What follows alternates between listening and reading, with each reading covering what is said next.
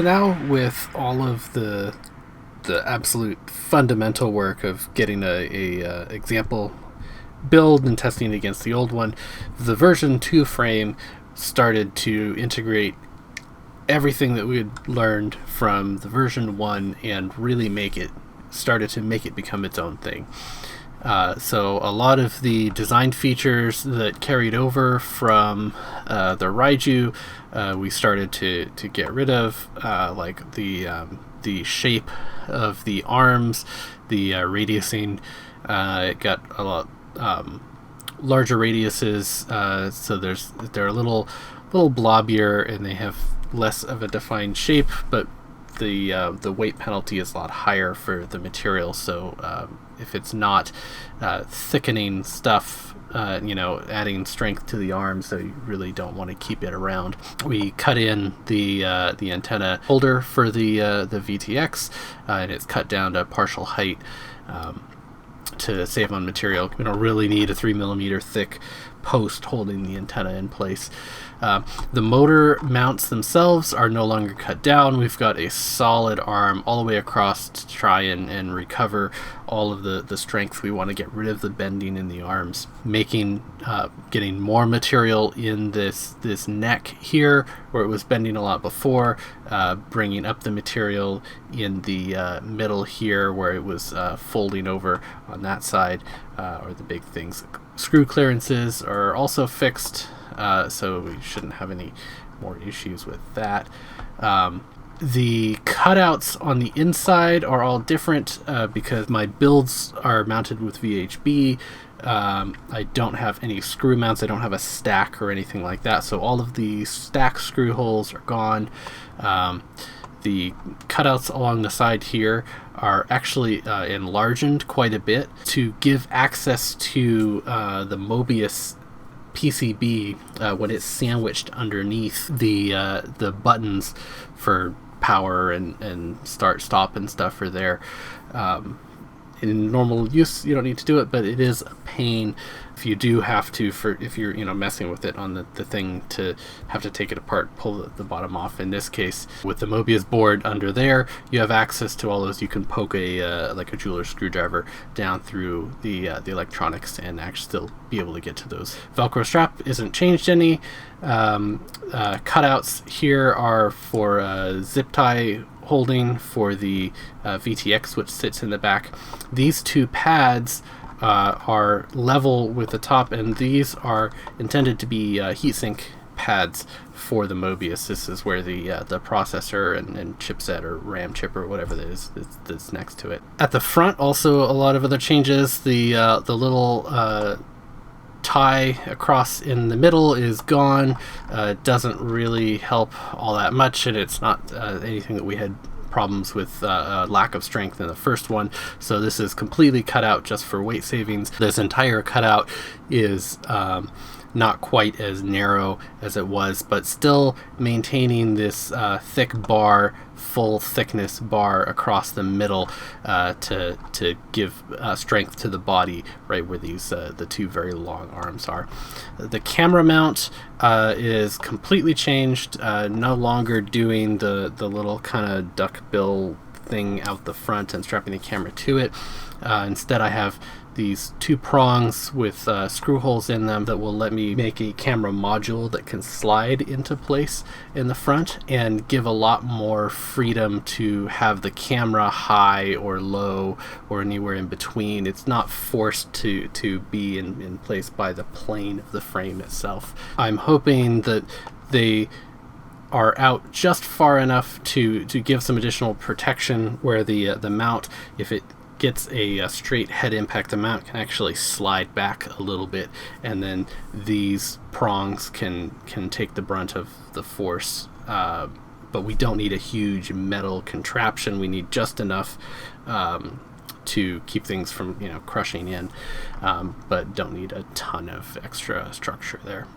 Weight-wise, we did pretty good compared to the original one. We're at 44.46 grams estimated, so we're down about 1.2 grams by taking the additional cutouts and the little tiny savings in the edges and the appearance and stuff, we're able to eke out just a little more, and hopefully are making better use of the material that we do have, to recover some of its strength and not have quite as much dead weight as we did before. So we're still keeping a handle on the weight. It's not ballooning out of control. We're saving just a little bit more, and that's really important since we have such a heavy frame to begin with. Also in this assembly, this time I have a full cover already designed out for it. So this will be, it's just printed in ABS. It's not super thick, so it's mostly to keep the dirt and grime and all of the crud out from the electronics, and just to kind of keep things completely contained so they're not flapping around, and no problems with stuff dangling out and getting into the props. These cutouts on the side are made, these are for the two super caps to keep the Mobius alive on power down, so it has time to shut down. They're really big and bulky, but I think they're kind of fun on the side like that. It reminds me of like a Shiro type kind of mechanical design look with them angled in the back. So they are not ideally placed, and we probably want to try and get rid of them, but I thought, and like, as long as they're there, at least putting them out like that was kind of just a fun thing to do. This is also the first one you can see really well here, the camera mount system. I have two cameras. This assembly is built up with an 808 camera, which will have a ribbon extension here on there, so that's why we have the HD lens is the one here on the bottom, and the analog FPV lens is on the top. And you can see this, the 808 lens is pushed up and actually in line with the frame at the very top, and so by having that cutout there, we can have that additional clearance to get the camera stack, to put the camera stack wherever we want, and that's been incredibly handy to be able to kind of fine-tune the angle of things and keep the profile of the hex vertically down, so that we don't have this massive weight hanging off either side, or things that are going to be more easily leveraged off in a crash. And then you can also see how well protected that is. If we hit a frontal impact, there's very little lens sticking out, and then the aluminum kind of prongs can take the brunt of that force. And here we are after I had flown it for a while. A couple changes I had to make. Unfortunately, during the machining, my end mill pulled out my antenna. Thing was left like way too thin, so I was stuck strapping to the arm from my antenna on this one. I ended up doing away with the supercapacitors because I found that I could actually get a smaller package just with a very, very small LiPo instead. And so that went away. Had to cut in there to into the side to get clearance for the USB port, and ended up doing a lot more in-field tuning than I expected originally.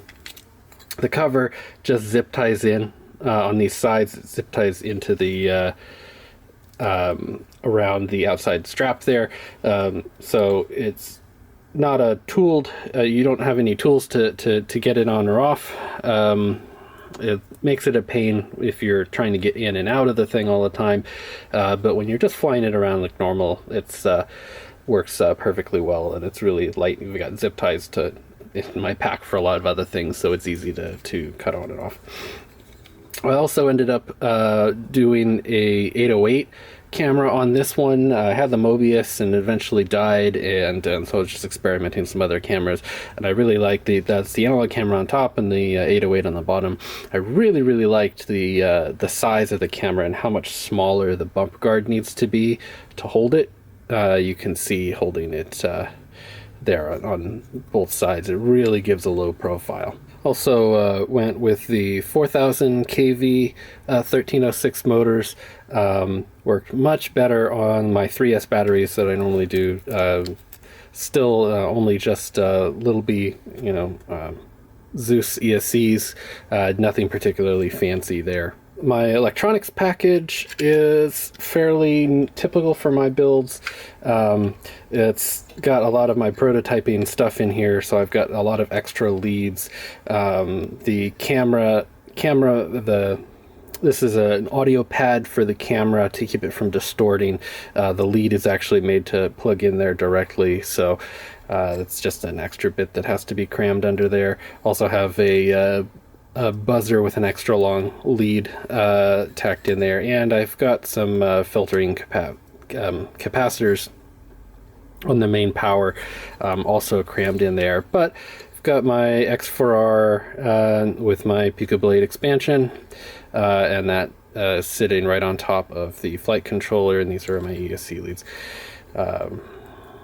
USB comes out the side, not really convenient to get into there, but it is what it is. And then of course this has to be tilted out of the way to reach the arm because my little antenna mounty thing doesn't fit. Up front you can see there is the LiPo for the Mobius tucked in behind the FPV camera, and this is the larger of the two batteries I was playing with. It's 120 milliamp, I think. It's enough to run the camera for about 7 minutes, which is more than enough for the auto power off to kick on when the power gets disconnected.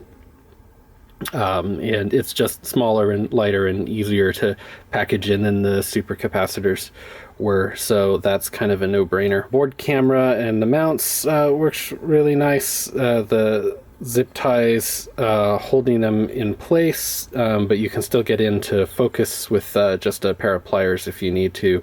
This holds it really well.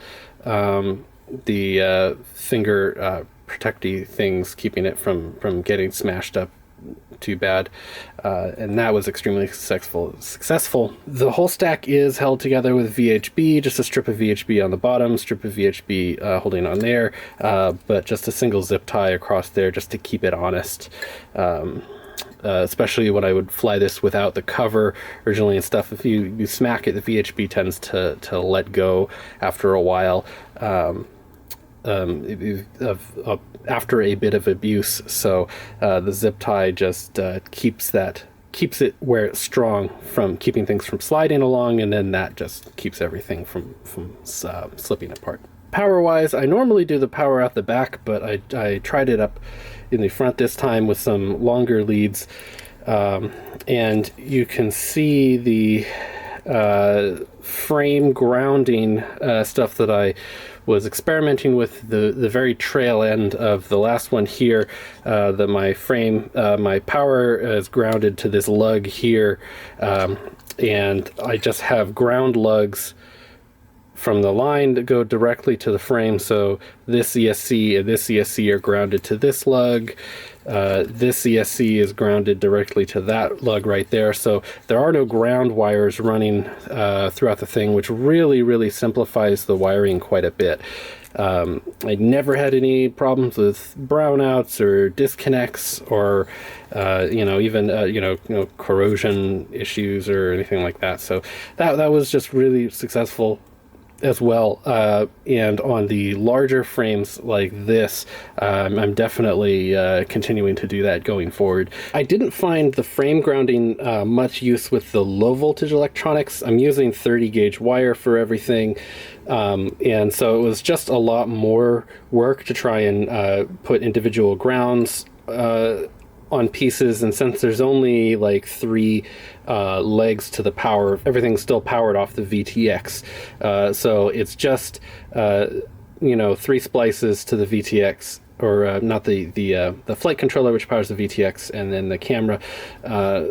So that's just a normal splice on my side, but on the high power side, that's super useful. My normal battery plate to keep the battery just pried off the electronics that are in the bottom. Since this is an HD carrying one, the Mobius, or in this case 808, sits under there instead of the receiver, so that's why this is a little taller on this side. This is actually the plate made for the Mobius, so it has the cutouts in the back for the power and the SD retention tab here, and then room for the USB to get power in there, but it works okay for the 808. The heat sinking was not super successful. I found I just kept ruining Mobius boards, and even this 808 board is on its way out. So I think I have just a little bit of VHB here to try and buffer, but these heatsink pads I think are just too punishing on the boards. They get smashed up, and I think we get cracks and stuff gets damaged. So I'm definitely moving away from that, and we'll have to, if we have to deal with heat sinking, we'll deal with it directly on the camera itself instead of trying to integrate it on there. Wasn't the absolute greatest thing because the VTX puts a lot of heat directly above that as well. So the frame is more useful at heat sinking for the VTX, and will just work more to keep that isolated. On the camera, the lens extension, the 808 has a different ribbon cable, but I'm using a Mobius short extension on it, and I can make that fit by just modifying the ribbon, removing 2 of the pins, and then it fits in there. And then you can see I'm using one of the little kind of adapter boards that comes with the thing, and you can see that this ribbon is just offset to this side by 2 pins, and that's enough to make that work in a pinch, just for experimenting around. The power I just have on a USB lead, which ties into the 5-volt from the VTX. The Hawkeye VTXs are rated for 1/2 amp 5-volt, so that's more than enough to power the camera and the receiver and the flight controller and everything else. This only pulls a couple hundred milliamps peak, and then we do have the battery, and I try and keep the battery topped off, like before I go flying out, charging this directly on the computer, so this doesn't do a lot of charging when you're flying, and it's just uses the backup. Little bits of foam crammed in there, that's just as a windscreen for the microphone to cut down on some of the wind noise.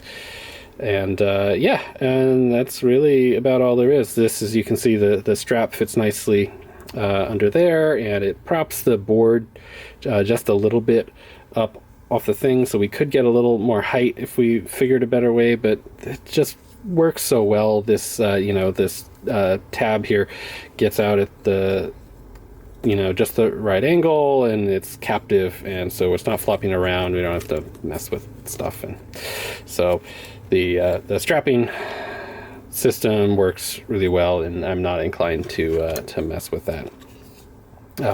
The battery tray, I do have cutouts that form fit the inner chambers in there, so when this is snapped in just the right place, it does sit in, and you can see it just clicks right in place, and it keeps it locked in.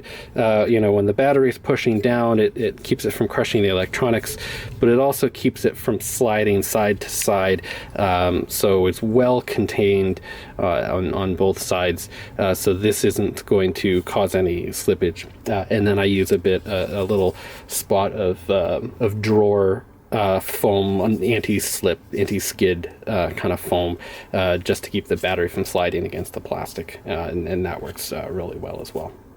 Despite the slightly thicker shoulder on kind of the arms, I did end up with plenty of bending of these arms. Still, just like the other one, very easy to clamp in and straighten out, but the 3mm frame is just not enough for the amount of weight. This is about a 280 gram all-up weight, with an 800 mAh battery and the HD and the cover and everything else. So it's got a good bit of mass to it. and we just have to keep trying, and I'm going to step up to a thicker base plate. I don't have problems with the arms bending like on in the body, or issues with the body. The body itself stays really good. It's just mostly right up here, right where I have this really big cutout, and kind of just past the base of the motor. This tends to peel up right along that side. So we'll keep making this thicker, keep reinforcing this, and finding more weight savings on the inside, and keep going.